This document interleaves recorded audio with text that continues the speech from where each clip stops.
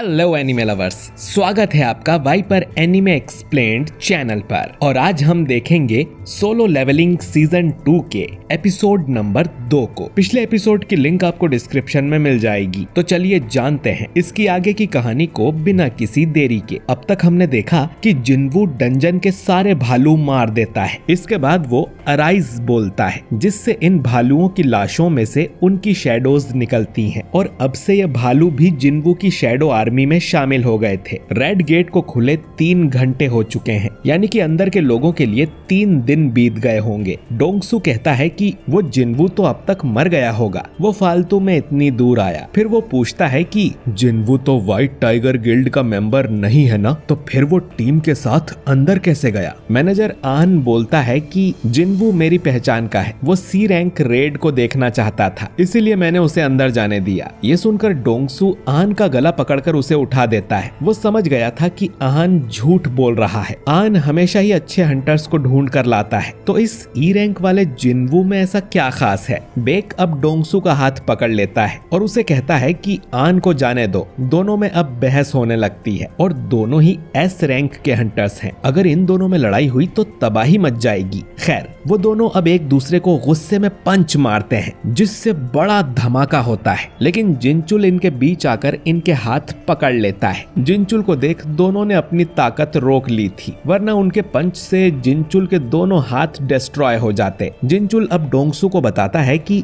वो 2 महीने पहले जिनवू को चेक करने गया था। वो तब भी ई रैंक था और अब भी ई रैंक ही होगा, तो वो डोंगसू के भाई को कैसे मार सकता है। अब डोंगसू बोलता है कि मतलब असली कातिल वो यूजिन कंस्ट्रक्शन वाला जिनहो होगा। जिनचुल पूछता है कि फिर तुम जिनवू को मारने क्यों आए हो, जिस पर डोंगसू कहता है कि उसे तो बस एक बहाना चाहिए था किसी को मारने के लिए। तभी डोंगसू को एक मैसेज आता है, जिसे पढ़ने के बाद वो वापस अमेरिका जाने लगता है। मैनेजर आन मन में सोचता है कि इनमें से किसी को नहीं पता कि जिनवू कितना पावरफुल है, वो जरूर इस गेट से जिंदा वापस आएगा। दूसरी तरफ हम किम को देखते हैं, जो कि उन आइस एल्फ्स से अपनी जान बचा के भाग रहा था। उसे बहुत ठंड भी लग रही थी। तभी वो अपने सामने उन भालुओं की लाश देखता है और सोचता है कि ये काम उस कमजोर टीम का तो हो ही नहीं सकता, जरूर आइस एल्फ्स ने इन्हें मारा होगा। ये सोचकर वो डर के मारे फिर से भागने लगता है। चलते हुए उसे जिनवू की टीम दिखाई देती है। वो देखता है कि ये लोग तो मजे से पिकनिक मना रहे थे। वो सोचता है कि ये लोग अब तक जिंदा कैसे बच गए और इनके पास गर्म कपड़े, कंबल और टेंट कहां से आ गया। ये देख अब किम को बहुत गुस्सा आता है। वो चिल्लाते हुए इनसे कहता है कि तुम्हारे पास ये कहां से आया। अगर ये सामान मेरी टीम के पास होता तो वो लोग भी जिंदा बच जाते। बताओ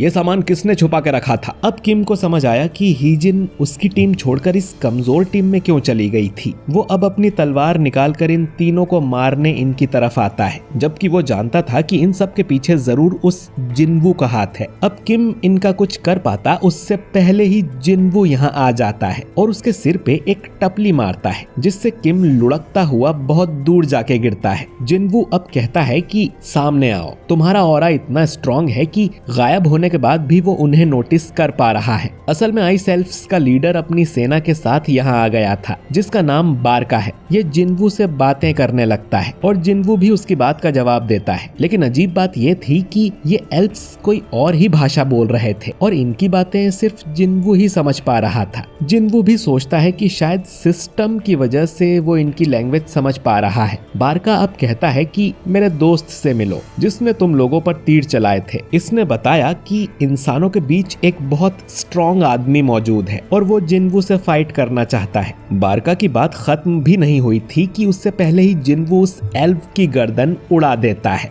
जो देख बारका भी समझ जाता है कि जिनवू में जरूर कोई बात है। जिनवू बारका पर भी अटैक करता है, लेकिन वो उसके अटैक से बच जाता है। बारका अब रिवील करता है कि उन सभी मैजिक बीस्ट्स के अंदर एक आवाज होती है जो उन्हें इंसानों को मारने का बोलती है, लेकिन ये आवाज जिनवू को मारने का नहीं बोल रही थी। तो उसे लग रहा था कि जिनवू कोई इंसान नहीं है। जिनवू अब सोचता है कि उसका सिस्टम भी तो उसे ऐसे ही ऑर्डर्स देता है। शायद जिनवू सिस्टम का एक प्लेयर है, इसीलिए ये लोग उसे इंसान नहीं समझ रहे। बारका अब जिनवू से कहता है कि हमें समझौता करना करना चाहिए। तुम्हारे पीछे छुपे इंसान हमें दे दो और हम तुम्हें जाने देंगे। जिनवू पूछता है कि आखिर तुम लोग हो कौन और इंसानों को क्यों मारना चाहते हो। बारका बताने लगता है कि आखिर वो कौन है, लेकिन अचानक ही उसमें कुछ ग्लिच होता है और वो फिर से अपनी लाइन रिपीट करता है कि इंसानों को हमें सौंप दो। जिनवू भी ये ग्लिच नोटिस कर लेता है और सोचता है कि आखिर वो क्या था। खैर, जिनवू अब बारका के ऑफर को साफ मना कर देता है, जिस पर बारका कहता है कि मेरी सेना में ज्यादा लोग हैं। ये सुन जिनवू भी अपनी शैडो आर्मी को समन करता है, जिसमें अब वो आइस बियर भी थे। बाकी लोग ये देख चौंक जाते हैं कि जिनवू के पास ऐसी आर्मी है। इसके बाद जिनवू और बारका की सेना में युद्ध होने लगता है। हीजिन बाकी लोगों को लेकर जंगल की तरफ जाने लगती है, क्योंकि इस लड़ाई में उनका कोई काम नहीं है। 3 एल्फ्स उन पर तीर मारने की कोशिश करते हैं, लेकिन जिनवू उस तीर को हवा में ही पकड़कर उससे उन तीनों एल्फ्स को मार देता है। जिनवू सोचता है कि उसकी सेना तो कुछ टाइम तक टिक जाएगी, लेकिन एल्फ्स का बॉस बारका बहुत स्ट्रॉन्ग है, जिनवू से भी ज्यादा स्ट्रॉन्ग। इग्रिस के साथ मिलकर भी बारका को हराना आसान नहीं होगा। उसे एक और पावरफुल सोल्जर चाहिए। जिनवू और बारका अब लड़ाई करते हैं, लेकिन जिनवू उसका कुछ नहीं बिगाड़ पाता। तभी जिनवू की शैडो आर्मी में जो 3 जादूगर थे वो बारका के ऊपर बड़ा सा धमाका कर देते हैं, पर उससे बारका को कुछ नहीं होता। इधर किम को भी होश आ जाता है और जिनवू को सामने देख वो उसे मारने के लिए उसकी तरफ दौड़ने लगता है। जिनवू अब इग्रिस को बुलाकर उससे किम को मरवा देता है और फिर अराइज कहकर किम की लाश में से उसकी शैडो बाहर निकाल लेता है, जो कि बहुत खतरनाक लग रहा था। और ये भी अब जिनवू की सेना का सिपाही बन गया है। जिनवू कहता है कि अब से तुम्हारा नाम आयरन होगा। बारका अब आयरन पर हमला करता है और देखता है कि आयरन दिमाग से पैदल है, लेकिन उसमें ताकत बहुत है। इधर सोंगयी हीजिन से पूछती है कि क्या सारे डंजन्स में इसी तरह युद्ध होते हैं। हीजिन कहती है कि बिल्कुल नहीं, वो तो पहली बार ऐसी लड़ाई देख रही है। खैर, इधर जिनवू, आयरन और इग्रिस तीनों मिलकर बारका से लड़ने लगते हैं। बारका तीनों को ही अच्छी फाइट दे रहा था। जिनवू उसके अंदर एक चाकू घुसा देता है, लेकिन बारका को ज्यादा चोट नहीं आती और वो कहता है कि मुझे हल्के में समझना बंद करो। जिनवू कहता है कि तुम सच में काफी स्ट्रॉन्ग हो, लेकिन तुम्हारी सेना कहाँ गई। बारका देखता है कि उसकी पूरी सेना को जिनवू की शैडो आर्मी ने मार दिया था। बारका अब गुस्से में जिनवू की तरफ आता है। जिनवू अपना डैगर उसकी तरफ फेंकता है और फिर अपनी टेलीकिनेसिस की पावर से बारका को पीछे से मारने की सोचता है, लेकिन बारका अपना चाकू सामने कर देता है, जिससे वो टूट जाता है। इसके बाद आयरन बारका को पीछे से पकड़ लेता है और जादूगर फिर से उस पर बड़ा धमाका करते हैं, लेकिन बारका को कुछ नहीं होता। वो आयरन के टुकड़े कर देता है और कहता है कि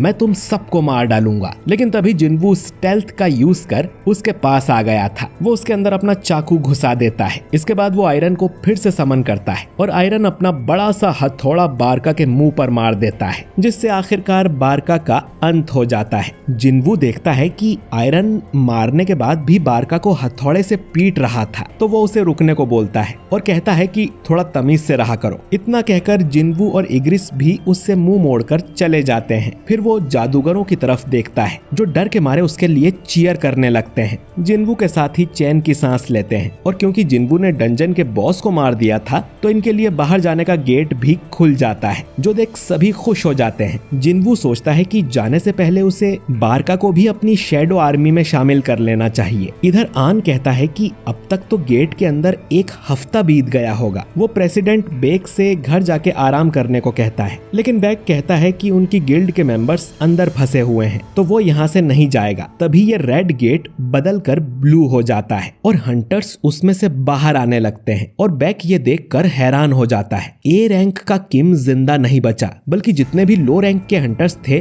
वो ही जिंदा बच के आए हैं। जिनवू को देख आन खुश हो जाता है। उसने तो बोला था कि जिनवू को कुछ नहीं होगा। इसके बाद वो गेट बंद हो जाता है। जिनवू अब सोंगयी से कहता है कि चलो तुम्हें घर छोड़ देता हूँ। बेक जिनवू को रोकते हुए कहता है कि मुझे तुमसे कुछ सवाल पूछने हैं, लेकिन जिनवू कहता है कि उसका मूड नहीं है, वो थक गया है। ये सुन बेक गुस्सा हो जाता है कि ये लड़का उसका ऑर्डर कैसे नहीं मान रहा। वो उसके कंधे पर हाथ रखकर कहता है कि उसकी गिल्ड के 6 मेंबर्स मर चुके हैं। तो वो जानना चाहता है कि अंदर ऐसा क्या हुआ। जिनवू अब कहता है कि आपके बाकी मेंबर्स की जान मैंने ही बचाई है, तो आपको मुझे शुक्रिया कहना चाहिए। ये सुन बेक अब जिनवू को छोड़ देता है और उससे माफी मांगता है। जिनवू सोंगी को लेकर यहाँ से निकल जाता है। हीजिन बेक को बताती है कि डंजन के बॉस को हराने के बाद से ही उसका मूड कुछ ठीक नहीं है। आन कहता है कि वो थक गया होगा, इसका मतलब ये नहीं कि वो बुरा आदमी है। बेक समझ गया था कि जिनवू में कुछ तो बात है और वो आन को काम पे लगा देता है कि कुछ भी करके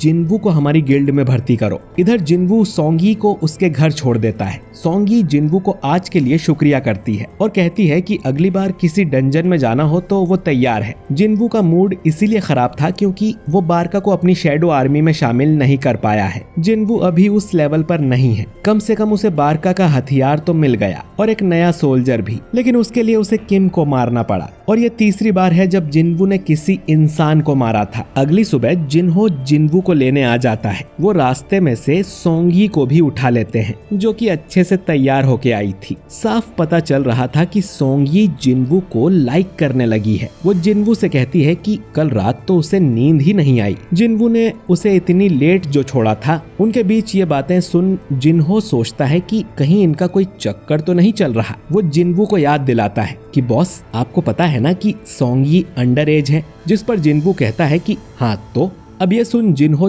चुपचाप गाड़ी चलाने लगता है और ये एपिसोड यहीं पर एंड हो जाता है। तो दोस्तों, ये एपिसोड तो मुझे बहुत ही कमाल का लगा और अगले एपिसोड में भी कमाल की चीजें होने वाली हैं। तो उसे मिस ना करने के लिए अगर आप हमारे चैनल वाइपर एनीमे एक्सप्लेन्ड पर नए हैं तो चैनल को सब्सक्राइब करके बेल आइकन जरूर दबाइए और वीडियो अच्छा लगा हो तो इसे लाइक, कॉमेंट, शेयर जरूर कीजिए। मैं मिलता हूँ आपसे बहुत ही जल्द अगले वीडियो के साथ। शुक्रिया।